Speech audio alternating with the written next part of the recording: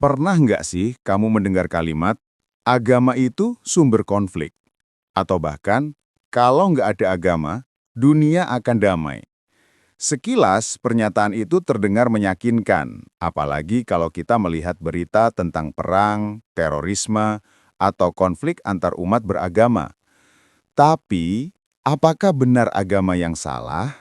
Atau ada yang salah dalam cara kita memahaminya? Mari kita gali ini dengan cara ilmiah, bukan cuma emosi. Pertama, kita harus jujur melihat fakta. Al-Quran dalam surat Ali Imran ayat 19 menyebut, agama yang diridhoi di sisi Allah hanyalah Islam.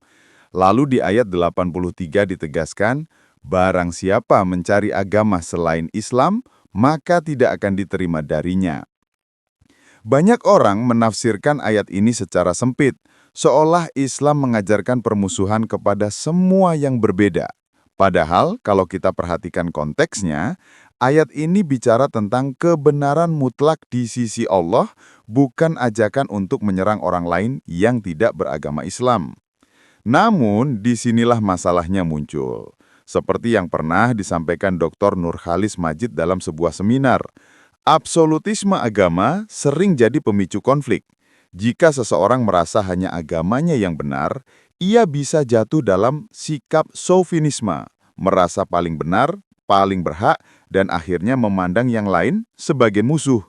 Nah, absolutisme ini yang sering dimanfaatkan pihak-pihak tertentu untuk memecah belah.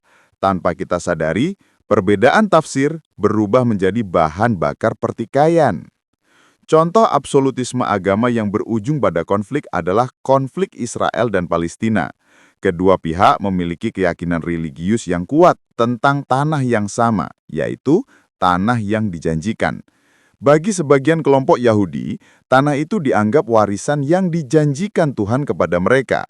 Di sisi lain, umat Muslim Palestina juga meyakini tanah itu adalah warisan leluhur yang harus mereka pertahankan. Ketika dua keyakinan absolut ini bertemu tanpa ruang dialog, yang muncul adalah kekerasan. Roket diluncurkan, rumah-rumah hancur, dan ribuan nyawa melayang.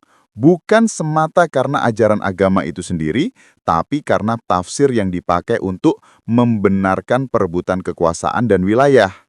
Konflik ini jadi bukti nyata bagaimana absolutisme, bila tidak diimbangi sikap ilmiah dan objektif, bisa berubah menjadi tragedi kemanusiaan yang terus berulang.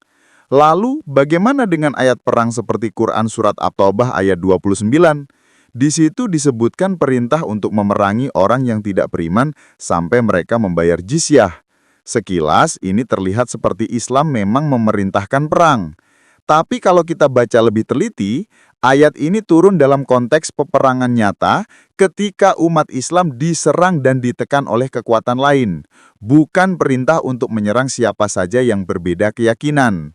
Sayangnya, banyak yang memotong ayat ini tanpa melihat latar belakang sejarahnya, sehingga kesannya Islam identik dengan kekerasan. Sekarang mari kita lihat sejarah.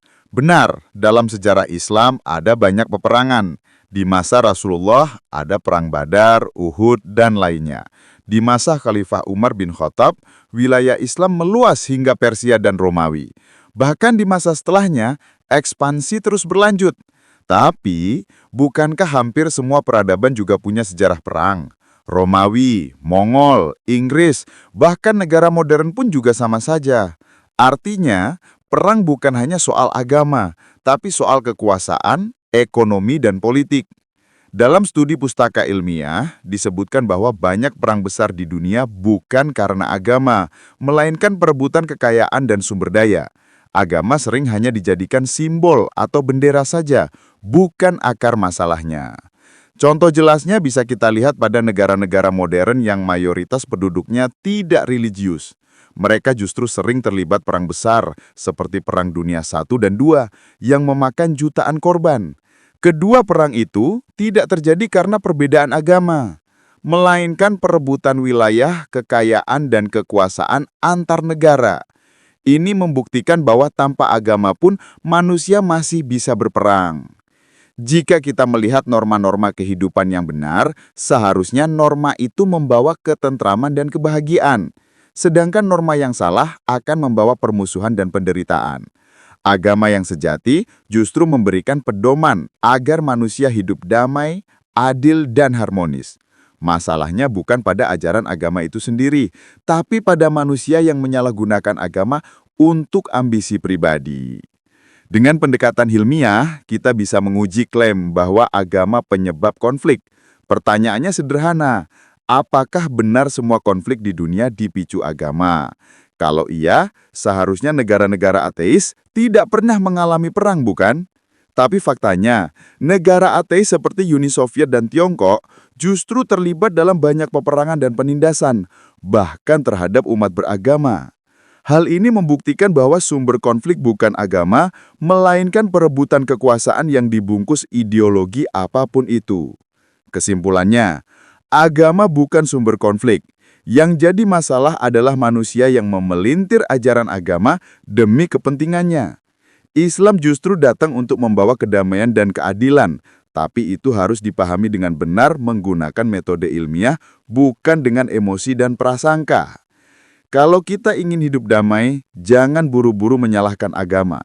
Mari belajar memahami ajarannya dengan cara ilmiah dan objektif agar kita bisa melihat kebenaran secara jernih. Kalau kamu merasa video ini bermanfaat, jangan lupa like dan subscribe supaya kamu nggak ketinggalan pembahasan menarik berikutnya.